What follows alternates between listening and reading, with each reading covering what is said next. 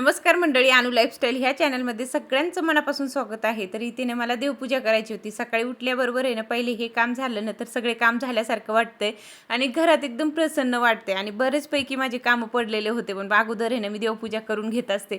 म्हणजे जसं मला वेळ भेटते ना तसं आवरून घेत असते. आता सकाळचं चहा वगैरे झालं होतं आमचं. म्हणजे मी नेहमी तुम्हाला सांगत असते की देवपूजा करण्याच्या अगोदर आहे ना मी पोटपूजा करत असते आणि त्याच्यानंतर देवपूजा करते. आता तुम्ही म्हणणार असं का करते, तर मला नाही जमत म्हणून मी पहिले थोडंसं काहीतरी खात असते. ते ना त्याने काही फ्रूट वगैरे आणले होते. आता काल आहे ना त्याने नुसतं भाजीपाला आणलं होतं आणि आज आहे ना ते मंडीत जाऊन आहे ना त्याने पूर्ण फळं वगैरेच आणलेत. आता सोबतच ते घेऊन आले असते, पण कसं जमत नाही ना गाडीवर एवढं सगळं सामान वगैरे घेता येत नाही, म्हणून आहे ना वेगवेगळे करून 2 वेळेस जाऊन आणत असतात.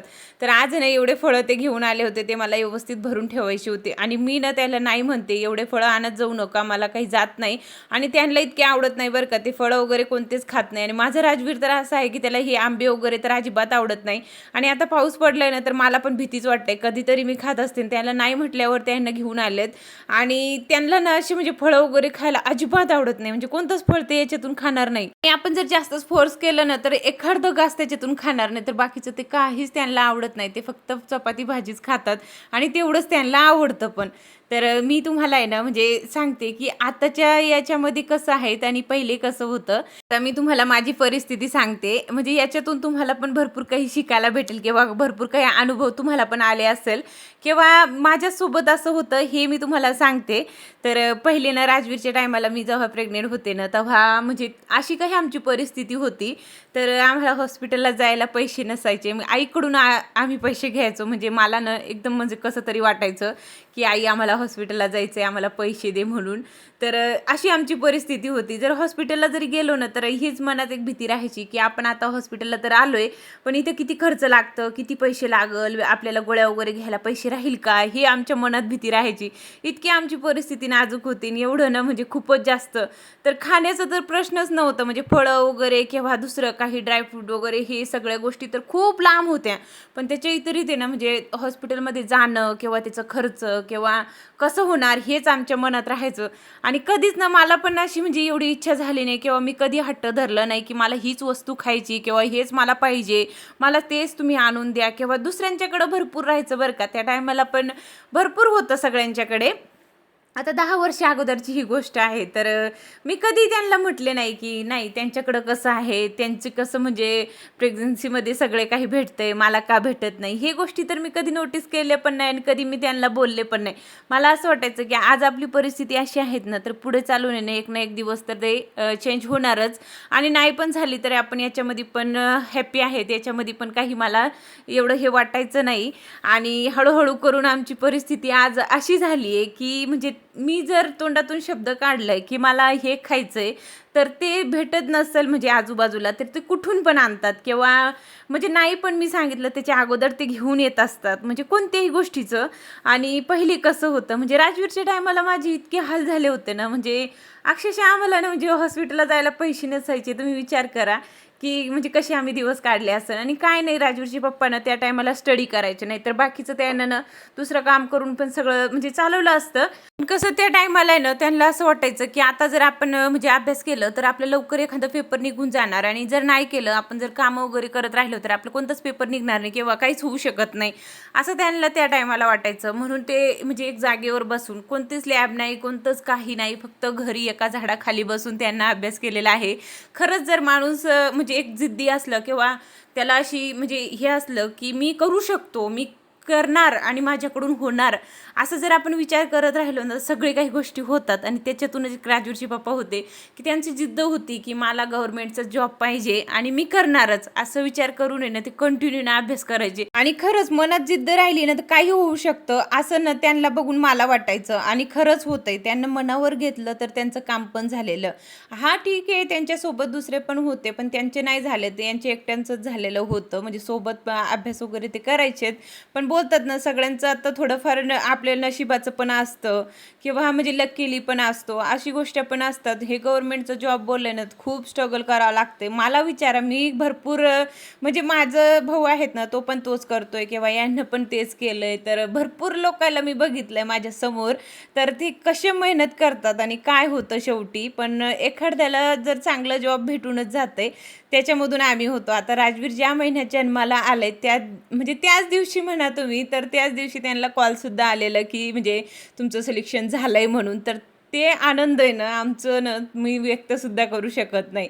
म्हणजे एक तर राजवीर जन्माला आलं आहे त्याचं वेगळं, म्हणजे एकदम नॉर्मल डिलिव्हरी झाली, सगळं व्यवस्थित झालं आणि त्याच्यावरून असं कॉल आलेलं की तुमचं काम पण झालेलं. तर किती आनंद होणार, आमची परिस्थिती कशी होती, आम्ही कसं होतो आणि अचानकच सगळं चेंज होणार होता. तर खरंच ना आपल्यामध्ये संयम पाहिजे किंवा कोणतीही गोष्ट जर आपल्याला करायची असली ना तर मनात आहे ना एकदम म्हणजे शांततेनं सगळं केलं ना तर होतंय. आमच्यासोबत तसंच होतं. म्हणजे आमची परिस्थिती खूप नाजूक होती. पहिले चांगलं होतं बरं का, पण माझ्या सासूबाईला ना थोडंसं म्हणजे आजार झालेला होता आणि त्या आजारमध्ये इतके ते म्हणजे हे झालं होतं ना डिस्टर्ब खूपच जास्त, म्हणजे पैशाचं पण. हे सगळ्यांना माहिती आहे आपल्याला किती अवघड असतं ते. आणि त्याच्यामधून ते निघत होते आणि वरून आहे ना त्यांचे एक्झाम पण सारखे हे झालं का ते झालं का हे, म्हणजे याच्यामध्ये ना थोडेसे ना हे झाले नाही तर अजून चांगल्या पदावर ते राहिले असते. खरंच मेहनत केल्याशिवाय पर्याय नसतो आणि मेहनत केल्यावर फळ भेटतंच. तर अशी काही आमची ना म्हणजे 10 वर्ष अगोदरची स्टोरी आहे. म्हणजे तुम्हाला जर ऐकायचं असेल ना याच्या अगोदरचं तर नक्कीच मी तुम्हाला सांगेल. आणि खरंच आहे ना म्हणजे मला असं वाटते, मी तुम्हाला माझ्या अनुभवामधून सांगते की कोणत्याच गोष्टीचं ना असं विचार करायचं नाही की तिच्याकडं कसं आहे माझ्याकडं कसं आहे. ह्या गोष्टीचं ना आम्ही पहिल्यापासून दोघांना पण कधीच विचार केला नाही आणि हे मला नेहमी सांगतात की तसला कधीच विचार करू नये. तसलं विचार केलं तर आपलं कधीच चांगलं होत नसतं. दुसऱ्याचं चांगलं विचार करायचं, त्याच्यानंतर आपलं चांगलं होतंय. आणि मला पण तसलीच सवय लागली. हळूहळू करून आहे ना मला कधीच कोणाचं काही वाटलं नाही किंवा कधी कोणाचं हे वाटलं नाही की त्यांच्याकडं आहे ना आपल्याकडं नाही आहे. तसं मी कधीच नाही विचार केलं आणि खरंच देवानं आमची ऐकली पण, आमची परिस्थिती पण आता सुधारली. असं ना म्हणजे आम्ही काही पण आता स्वतःसाठी जगू शकतो किंवा आपल्या लेकरांसाठी आपण काहीतरी करू शकतो. म्हणजे नॉर्मल आमची परिस्थिती चांगली आहे.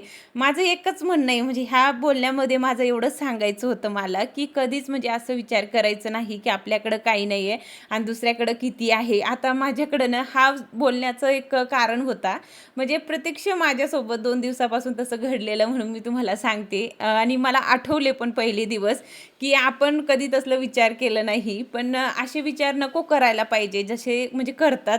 मी नेहमी कोणाला पण सांगत असते की तसं विचार नाही करायचं, तसं विचार केलं तर आपलं कधीच चांगलं होत नसतं.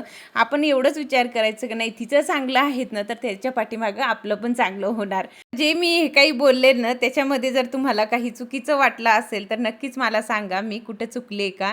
म्हणजे मला कधी कधी तसं वाटतंय म्हणून मी तुमच्यासोबत शेअर केलं आहे आणि माझा अनुभव पण तसा आहे. पहिल्यापासून 10 वर्ष अगोदर आमची लाईफ खूप चेंज होती, आता खूप वेगळी आहे आणि हळूहळू करून आहे ना आपले स्वतःचं घर पण होतं आहे. असं काहीच नाही की म्हणजे आपल्या पूर्वजनिकांचे आपल्याकडं थोडंफार काहीतरी आहे त्याच्यातून आपण घरदार करणार, तसं काही नाही. स्वतःच्या मेहनतीने आम्हाला सगळं काही करायचं आहे आणि मला माहिती आहे एक दिवस आपलं सगळं काही व्यवस्थित होणारच. तर असो, इथे चला पुढची रुटीन शेअर करते. काल मी ना एक शॉर्ट व्हिडिओ टाकला होता, त्याच्या खाली कमेंट होती की ताई तुला थायरॉइड आहे का.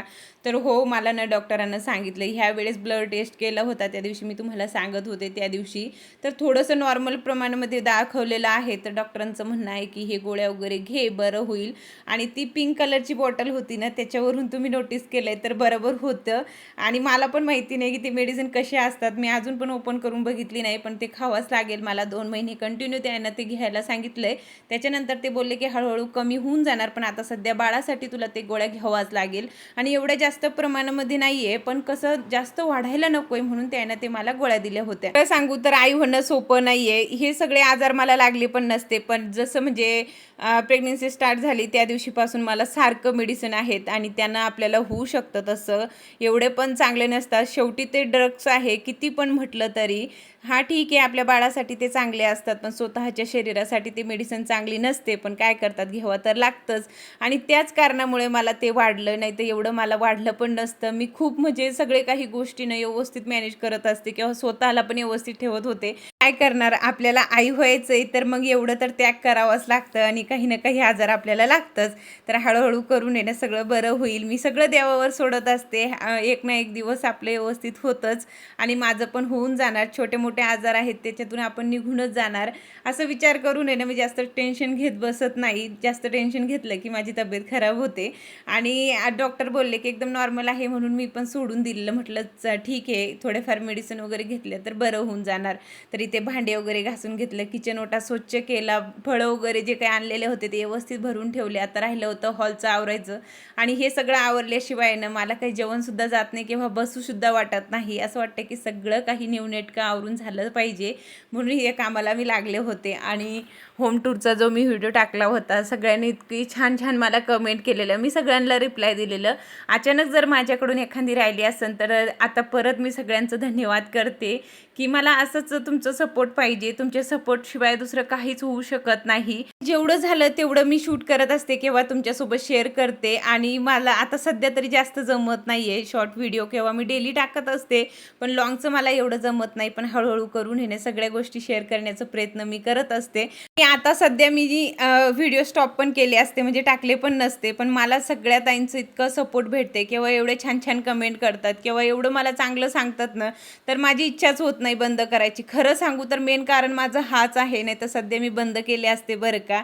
पण एवढे छान सगळं म्हणजे मला तुम्ही सांगतात, जर मी चुकत असेल तर तेही मला सांगतात की ताई असं करू नको, तसं करू नको, हे तुझ्यासाठी चुकीचं आहे, तुझ्या बाळासाठी चुकीचं आहे. तर हे ऐकून मला असं वाटतंय की नाही, आपले भरपूर ताई आहेत ते आपली काळजी घेतात आणि मग आपण काय एक व्हिडिओसाठी नको म्हणतोय, आपण करू शकतो. म्हणून मी डेली व्हिडिओ टाकण्याचा प्रयत्न करते. नाहीतर सध्या ना माझ्या घरच्यांची पण इच्छा नाही आहे की मी ब्लॉगिंग वगैरे करायला पाहिजे. अवस्था आपली अशी होऊन जाते की आपल्याकडून ते शक्य नसतात. पण हे ना मला असं वाटते की नाही, मी सोडू शकत नाही. मला इतके छान छान कमेंट असतात किंवा सपोर्ट करणारी फॅमिली भेटलेली आहे आणि आता जर मी स्टॉप केले तर मला काय माहिती पुढं भेटते की नाही. म्हणून आहे ना मला असं वाटतं की कंटिन्यू काम करायला पाहिजे. हा घरच्यांचं थोडंसं मला हे आहेत, म्हणजे नको म्हणतात ते, आता नको करू. तर पण तरी पण आहे ना माझ्या मनात असं असतं की नाही, शॉर्ट तरी मी टाकायला पाहिजे. अशी फॅमिली मला परत भेटणार नाही असं मला वाटते. आणि मी खरंच आहे ना, जर काही म्हणजे सोशल मीडियावरून काही कमवलं नसेल तर ते मला मान्य आहे, पण मी एवढी छान फॅमिली कमवली ना, तेच माझ्यासाठी खूप जास्त आहे. असं नाही की मला ना सगळं दुसरंच काहीतरी पाहिजे, पण मला सपोर्ट करणारे किंवा मला ओळखणारे किंवा माझ्याबद्दल एवढं चांगलं विचार करणारे लोक भेटले, एवढी छान फॅमिली भेटली आहे, तर मला काहीच नको आहे जास्त. म्हणून मी व्हिडिओ बनवते बरं का. खरं सांगते, माझ्या मनातलं व्यक्त करत असते प्रत्येक व्हिडिओमध्ये ना. माझं फेक म्हणजे असं काही बोलणं नसतं. माझं जे काही आहे ते माझ्या मनातलं मी सगळं सांगून देत असते. आणि हां, माझं कुठंतरी काहीतरी चुकतं तर तुम्ही सांगतात तर मी दुरुस्त करण्याचा प्रयत्नसुद्धा करत असते. तर इथे काही कपड्यांचे घड्या वगैरे मारायचे राहिले होते, म्हटलं चला ते पण ठेवून देते. आणि झाडांना पाणी घालायचं होतं, माझ्याकडे जास्त झाडच राहिले नाही, म्हणजे थोडे आहेत ह्या साईडला ठेवलेत आणि छोट्या कुंड्या आहेत ना ती ह्या साईडला ठेवले. कसं खाली जर पडले ना, धक्का बिक्का लागले ना, तर खरंच खूप भीती वाटते मला. मागं एका ताईनं सांगितलं होतं तसं झाड ठेवू नको ताई, पण हे थोडेसे इकडे आहेत आणि छोट्या कुंड्या आहेत आणि साईडला कोणी नाही ना, म्हणून मी ह्या साईडला ठेवले होते. खूप छान फुलं वगैरे लागले होते, मस्त वाटत होता. आता घरातले सगळे कामं झाले, घर माझं नीटनेटकं झालंय. आता मला जेवण करायचं होतं, आता हा काम पहिले करायला पाहिजे मी. पण आज खूप जास्त उशीर झालं होतं मला जेवायला. तसं सगळे कामं झाल्यावर निवांत जेवण जाते. जर जेवण वगैरे करून घेतलं, काही कपडे राहिले होते धुवायचे, म्हटलं आता कपडे धुते. आणि सगळे कपडे आता धुवून झाले होते, फक्त वाळू घालायचे राहिले होते. ऊन थोडंसं पडलं होतं, म्हटलं चला वरतीच वाळू घालते. तर चला आजच्यासाठी एवढंच होतं, भेटूया आता आपण उद्याच्या ब्लॉगमध्ये. तर चला बाय.